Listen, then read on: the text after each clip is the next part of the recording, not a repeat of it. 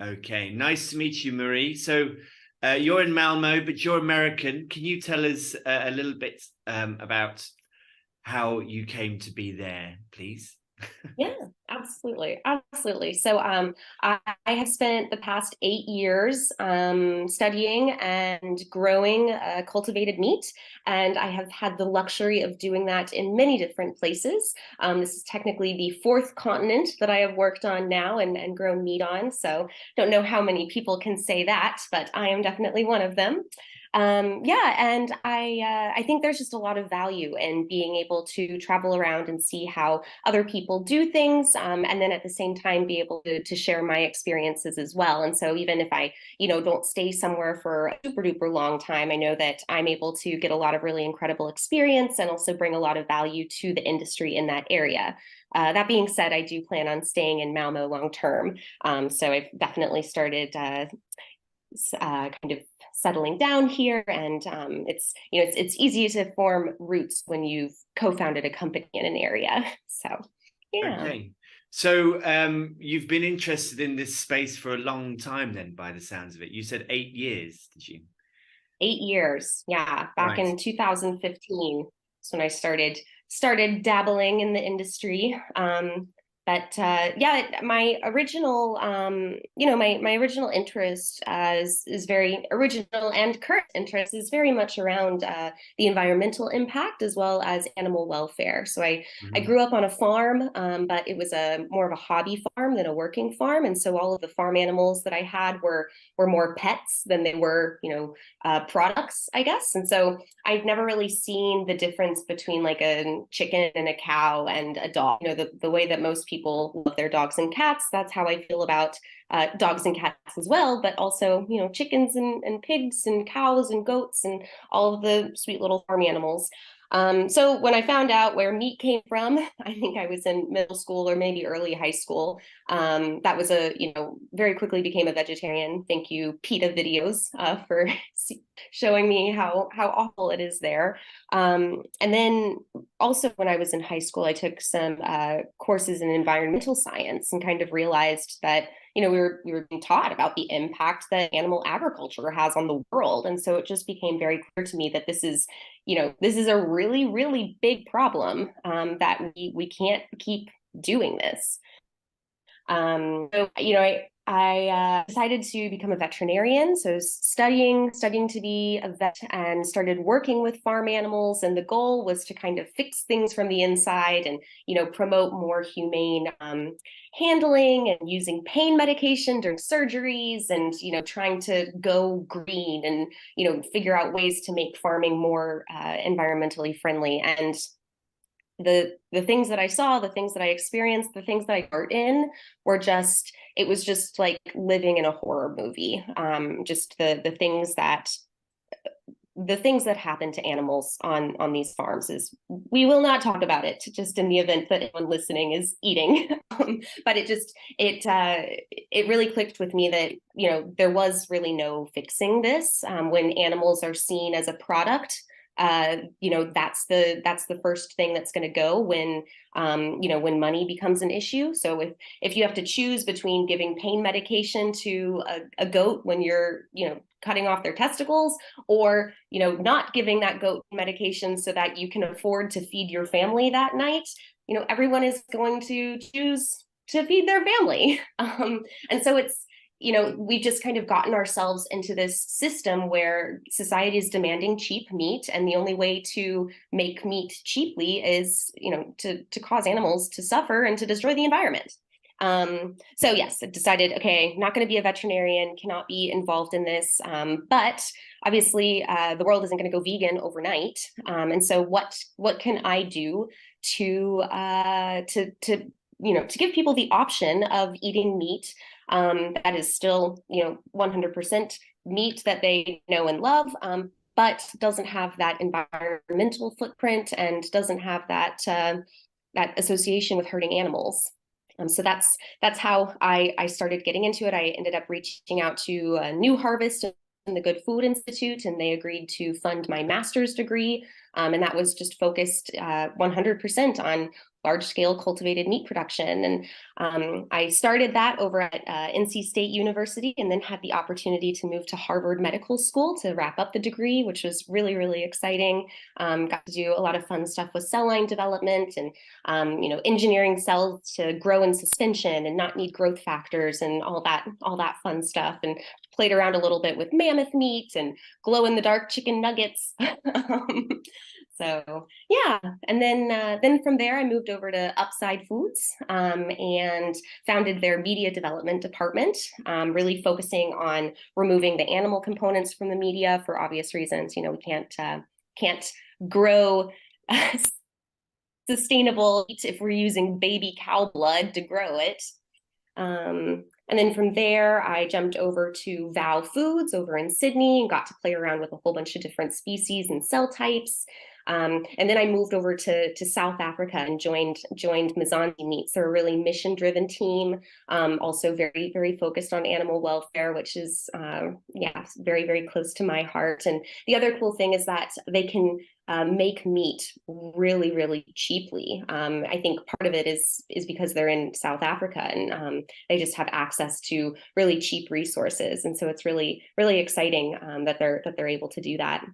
And that's actually where I met Jacob and Giton. And then from there, Jacob and Giton, my co-founders at Remeat, they're really, really focused on just scaling up the industry. I think there's a bit of a bottleneck right now when it comes to focus in the industry. It's there's so much R&D. So many people are focused on let's make a T-bone steak. We're gonna, use all of this tissue engineering research and regenerative medicine research to grow the perfect piece of meat.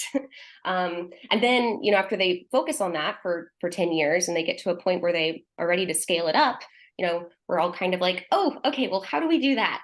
And so far, I think the industry has made the very intuitive decision to look to biopharma for guidance on how to grow cells and grow meat on a very large scale. But unfortunately, I guess fortunately, unfortunately, it depends on how you see it. Biopharma has the luxury of charging around $10 million a kilogram per product that they churn out of their biopharmaceutical factories, and I don't think we're going to be able to sell meat at $10 million a kilogram. So that's what we're focusing on right now is figuring out how to drop the cost of production.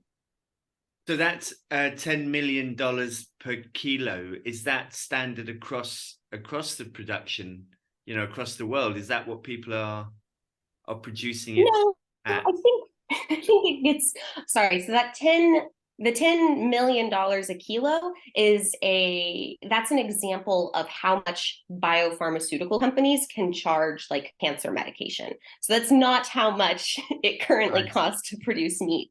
But it is kind of an example of how the system that is currently being used to produce biopharmaceuticals needs to change drastically if we're going to apply it to producing meat, because we don't have the luxury of selling our meat products at $10 million a kilogram. Right. So what's the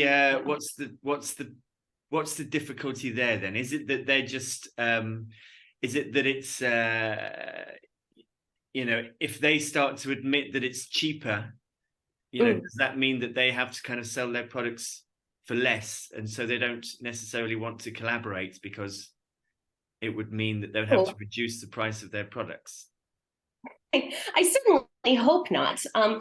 To be clear, I think the biopharmaceutical industry is very open to collaboration. I think a lot of the a lot of the capex that has gone into building some of these factories that are currently being built or currently being run by other cultivated meat companies, a lot of those materials are coming from biopharma. So I think biopharma is very happy to collaborate, very much on board. I think the challenge here is not only identifying where those high price points are coming coming from, but also then developing new technologies and new systems that allow for us to avoid those high price points. So for example, if you look at, a big chunk of the cost that goes into factory production is something called steam in place. And it's a process that's been used for decades to clean bioreactors on a large scale. And you're virtually designing these bioreactors and designing these systems to be autoclaves in addition to vessels used to cultivate cells and meat and produce biopharmaceuticals. And in doing so, you kind of automate the process and you make things a lot more sterile, and it makes sense because it's very similar to what we do in the lab, which is, we have a little, virtually glorified pressure cooker, which is an autoclave, and that's what we use to kind of clean our lab equipment. And so, I think half a century ago, when we were starting to scale this up, it was very intuitive to say, okay, well, instead of having a big giant autoclave and use that to clean everything individually, let's just build a whole bunch of things that can also be autoclave. Every single time we do a run, we can sterilize it. But the issue is that all of the materials that go into building reactors that can maintain that really high heat and that high pressure, as well as the steam, and the materials that go into all the pipes and the valves are needed to kind of transfer the steam into the reactor and remove it afterwards. All of that stuff is extremely expensive, and it's usually made out of stainless steel because it needs to be able to withstand such high heat and high temperature. High heat and high pressure. And so if we are able to develop technologies that avoid steam in place, we would be able to drop the cost of factory. And that's actually some of the things that we're working on right now at Remeat, is being able to remove steam in place. And so that also allows us to use more sustainable and cheaper materials as well. So we don't necessarily have to rely on stainless steel. Okay. So so Remeat, that is based there in Malmo, is this? Or have you got it? Okay, so it's and how long has that company been formed? Yes, we will be a year old in October. Okay, and so you and do you have all your processing labs all set up? I mean, are you kind of ready to produce? Which stage are you at? No, so we're currently raising and we're looking to start developing a pilot plant. But at the moment we're still pretty early stages. We're still in the process of patenting our technology, developing prototypes, and just kind of collecting the additional players that we need in order to make this happen. So a lot of networking and educating the community in Scandinavia, because there isn't any cultivated meat going on in Sweden at the moment, and it's still pretty nascent in Scandinavia as a whole, which is surprising because it is such an innovative area, geographically. Yeah. I mean, I've noticed, I've spoken to a few people in Scandinavia in regard to sort of fungi use. It seems quite sort of popular in that part of the world. Yeah, I'm a big fan of fungi, and I think the opportunities to use fungi for meat alternatives are really exciting. My only concern, and to be clear, this doesn't mean that we shouldn't be pursuing fungi. Like, I'm very, very much on board, big supporter, big cheerleader for the movement. But my only concern is that right now, Sweden is around 10% vegan, vegetarian, and then omnivore. I don't think that's necessarily reflective of the rest of the world. The rest of the world is probably a little bit lower when it comes to that. And I'm not sold on the idea of plant-based products actually shifting that much of the population's diet. I think that really incredible plant-based products have been around for a really, really long time, but behavioral change is really, really difficult. And I think that there's just some innate blocks in people, and they don't want to eat their vegetables. You can't make friends with salad. They want to eat meat. Doesn't matter how good it tastes, how much it looks like meat, how much it feels like meat. If it's still made out of plants, there's just something there's something there that people are just not on board for, at least not enough people that we need to get on board in order to avoid global catastrophe. Yes. So that's where cultivated meat comes in. Well, I agree with you entirely there. I think changing people's behaviors is a very tall order, because people have taken a long time to sort of get to this part of evolution. It's not going to happen over a week that they kind of swap to a plant-based diet. So Yeah. on your profile it says you are a cultivated meat expert. And from what you've told me of your history, I can confirm that that's clearly true. You clearly know a lot about it. So how excited are you about the future of cultivated meat? Well, I will say that I'm a lot more excited about the future of cultivated meat than I am about the future that doesn't involve cultivated meat. Because if this does not succeed, we will probably be fighting for clean water by the year 2040. So how excited am I about the future of cultivated meat? I mean, that's really the only future I see as a good one. So very, very excited about it. And how likely do you think it's going to happen soon? How quickly do you think it'll be before we have sort of cultivated meat in the supermarkets? Oh, I don't know. I'm hoping within the next 10 years, but there are so many variables, so many challenges, so many unknowns. But I wouldn't be surprised if we were to start seeing it in the next 10 years. And I'm very hopeful about it, but no promises. Okay. And is there anything what are the main hurdles then to stop it? Why do you think it would take 10 years for that to happen, not 5 years? Yeah. So similar to what I had mentioned earlier about the significant costs that are associated with building these factories, as well as the materials that go into the factory builds, I think right now that's a hurdle, but again, that's definitely something that we're aiming to address. And so, give us 10 years and we'll see where we are in terms of factory costs. I think some other challenges around it that maybe people are only now starting to realize is the amount of nutrients that are needed in order to produce the amount of meat that we would want to produce in order to replace quite a bit of meat consumption on a global scale. So when you think about the media formulation and you think about the media in general, for a very long time, everyone was laser focused on growth factors. Growth factors were the big cost. We had to, we needed growth factors, or else we were going to have to use animal components such as serum. So everybody was losing their mind about how are we going to figure out, growth factors. But the thing is that yes, growth factors are very, very expensive when you're working with them in your little research lab, but when you're moving into, really, really large production, that's when economies of scale is on your side. And, I think the last time I looked at the cost of insulin, you could produce it for like $1 a gram. And so when you're producing something at such a large scale and there's enough of the demand for it, it becomes insignificant when it comes to the cost of the nutrients that are going into the media. And so I think that while it makes sense for people to be focusing on growth factors and, engineering cells to not need growth factors and developing, networks and building up companies that are focusing on scaling up growth factors, I don't necessarily see growth factors as limiting anymore. In reality, I think that the much bigger hurdle are the nutrients that are going into the media in the form of the amino acids, the vitamins, the minerals, the lipids, the carbohydrate source.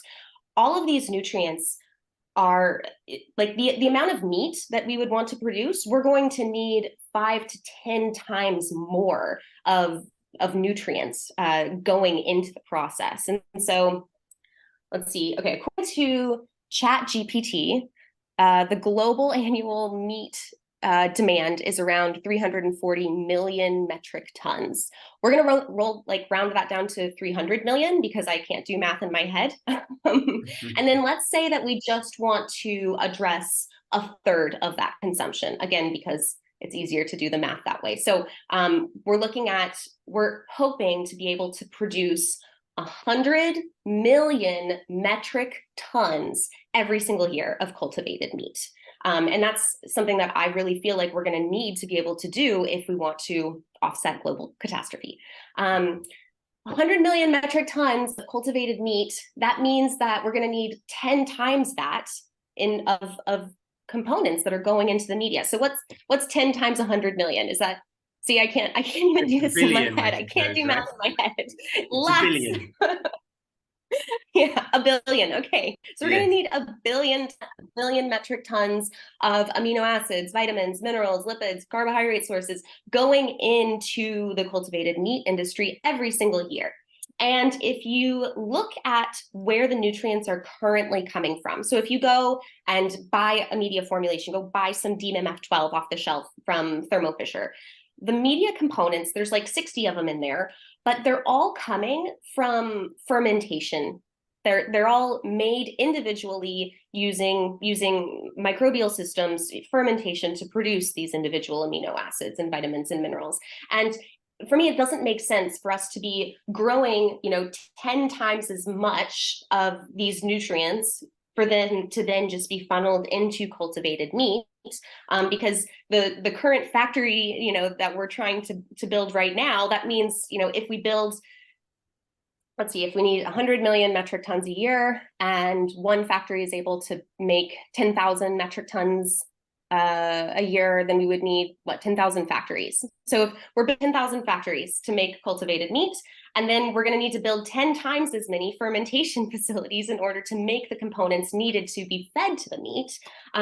So instead, we need to be coming up with novel solutions to where we're going to be getting these components from. So the first thing that comes to my mind is hydrolysate. So basically taking the nutrients that are normally given to animals that are grown for food, things like soybeans and corn and wheat, and basically throwing them into a big vat of acid, and so that they're all kind of digested into the individual building blocks that cells can then use to make more cells.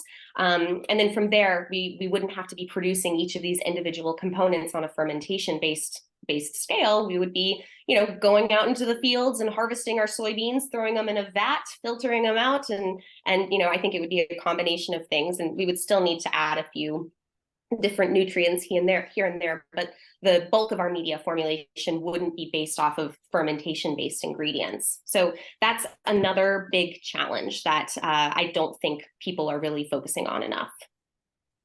No, and I mean, that's really interesting. I don't have a background in science, but you explained that in a way that I could understand quite well. But that's good to hear.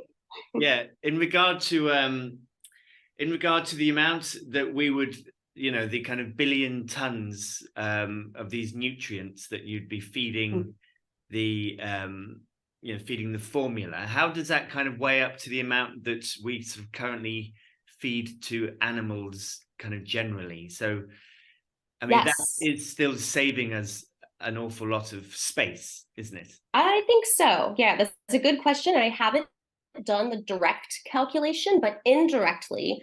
So I think the assumption I made when I was doing the billion-ton calculation is that our media is only like 10% efficient. So like 100 grams of nutrients go in and 10 grams of biomass comes out, which, by the way, that's a fair assumption, but there are certainly companies that have gotten to 20% efficiency, and we have actually gotten to 50% efficiency. So, if we use our system, we could drop that billion down to 500 million.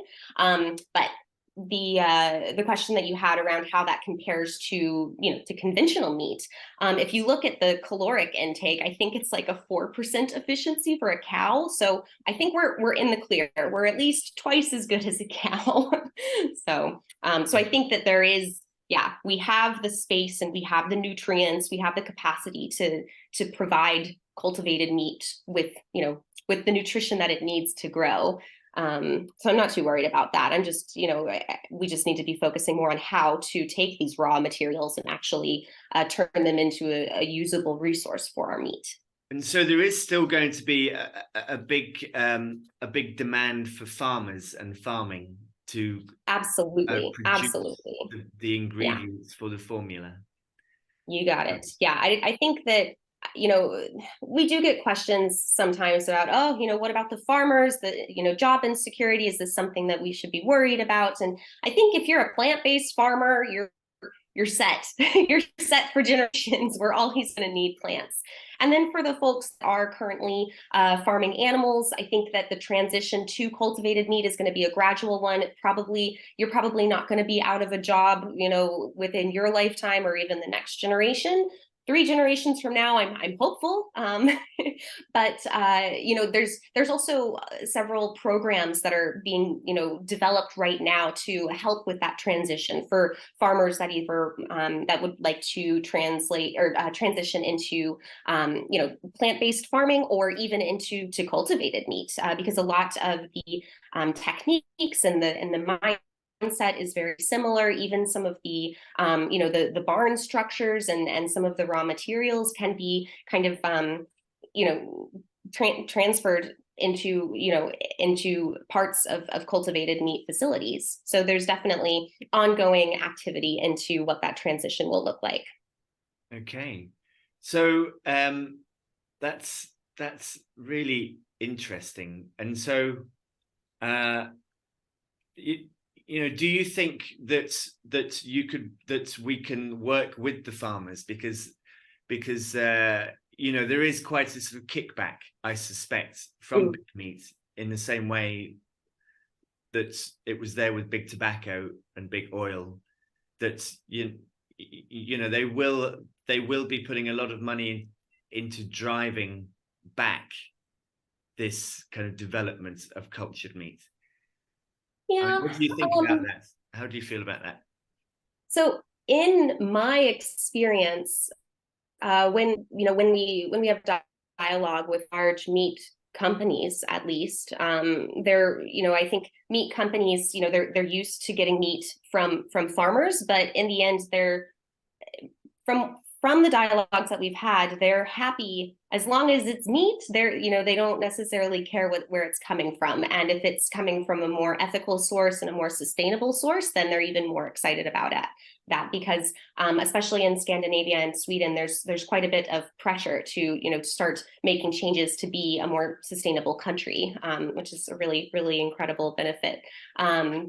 And so when we've had dialogues with large meat producers, it's generally very, very positive. And then when it comes to individual farmers, I think that a lot of times I've only had dialogues with one, so I personally can't speak to all of the farmers out there, but I've only spoken with one farmer about cultivated meat kind of taking over. But then I've talked to so many farmers just about being a farmer in general and their relationship with their animals and what they care about. And I've never met a farmer who didn't love their animals and who didn't hate slaughtering, didn't hate that process. And so I think that when people have the opportunity to see that they can help provide the world with meat without having to kill the animals that they love so much, and that, I think that it opens up so many new possibilities as to what they can do with their lives and what they would want to do with their lives. Because I think a lot of farmers, they get into it. It's a family business, or they've always, wanted to live on a farm and work with animals and be outside and provide for others. And they don't want to kill. They don't want to hurt. They care so much about their animals. And it's just that, in the past, the only way to make meat was to kill and to harm. And so that's not what farmers are in it for. And I think that if we can give them options where they can still have, a very similar lifestyle and still be providing the meat, meat for others, then I think that a lot of them are going to actually enjoy this more. That's a very interesting angle. It's very positive because, I haven't managed to speak to any farmers yet, but I have asked a couple to sort of come on and speak on the podcast. So if you know one that might like to, then please put them in touch. Okay. And what do you think about milk? Because there's indications that that kind of milk from kind of cultivated milk, I suppose, that's going to hit the markets much sooner than meat, and we could see it on the shelves in the next couple of years or something. Have you? Honestly, it's my understanding that there already are a few cultivated milk products on the market, at least in America. Perfect Day has partnered up with a few companies, and they make a really great ice cream. So yes, it's already there. To be fair, it's not the whole, it's not all of milk. I believe it's the casein protein that kind of gives milk that that creamy texture, and is also what makes milk addictive, by the way. But that's another discussion. So yes, it's already here. Whether or not it's in Europe, maybe not yet, because it does involve some the milk protein itself isn't genetically modified. You can't genetically modify a protein because there's no DNA in protein, but it is coming from a microbial source that is genetically modified to produce the protein. So there might be a little bit more of a regulatory hurdle here in the EU, but it is definitely already being sold in the US in ice cream form, at least, which in my opinion is the best form of milk anyways. Okay. Well, as a last question, because you are a cultivated meat expert, is there anything about the science or industry as an insider which might surprise people? Is there something you can tell us that yeah, I guess no one else knows? that no one else knows. I don't know if I can tell you that.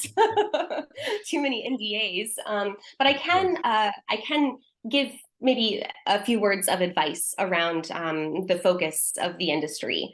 As I mentioned earlier, when we started in this field, we were just, as a whole, we were so focused on making that T-bone steak, making the perfect cultivated meat product.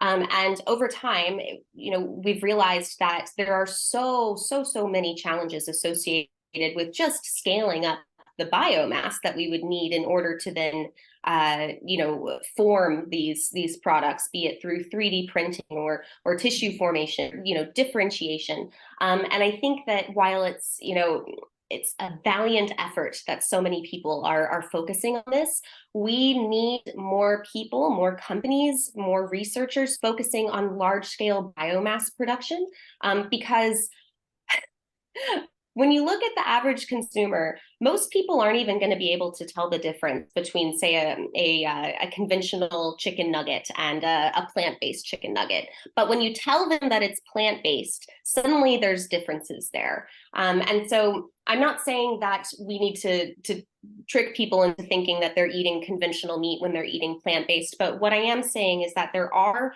technologies there that have been developed and leveraged by the plant-based meat industry that are incredible when it comes to creating texture, when it comes to creating the appearance of meat, when it comes to the flavor. And, I think I have a kind of a benefit of being plant-based for the past I guess 10-ish years. I can't keep track anymore, but I've been exposed to a lot of these products because it's generally what I eat. And so there's new products coming out on the market all the time, and I think that a lot of people, especially in this industry, who have maybe had one or two plant-based burgers or meatballs or chicken nuggets, and they experienced it once and it wasn't like mind-blowing to them, and they thought, we need to do more.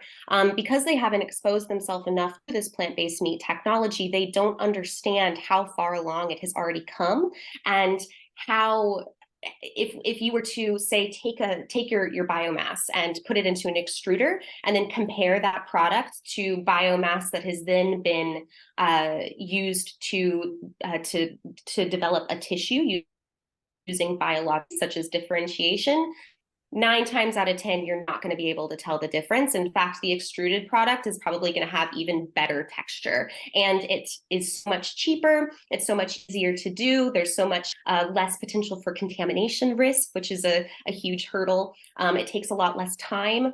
And so again, I think that it is incredibly important that we figure out how to make these, incredible, T-bone steaks and tissue engineered products. But that's something that too many people are focusing on right now, and we've gotten to a point where we need more people to focus on scaling up, and then we can think more about optimizing our product further. Yes, yes, very interesting. I think I've learned more from this podcast than I have from any of the other ones. This has been really helpful for me personally. Okay, one last thing. You know, I've asked all my guests this to if they can predict which country they think will approve cultivated meat next. We've had Singapore, we've had the USA. Who do you think is going to be next? Like, I mean, as I a whole suspect not country? Sweden, because you know, you've said already that Sweden doesn't really have a cultivated meat industry Yeah. as such. So does it have to be a whole country, or can we count it as just like a little area? We can count it as a little area. Yes, go on. Okay.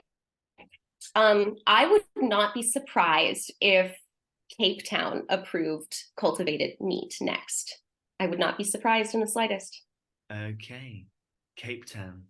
But if it's Yeah. Cape Town, then surely that's all of South Africa, isn't it?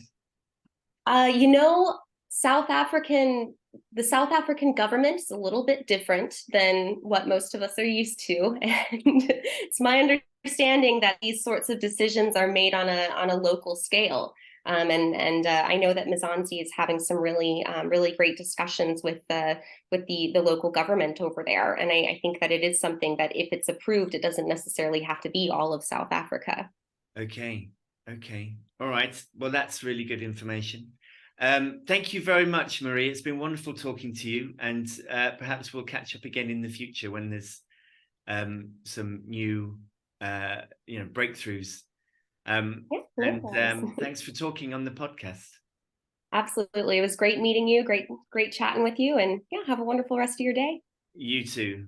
Thank you.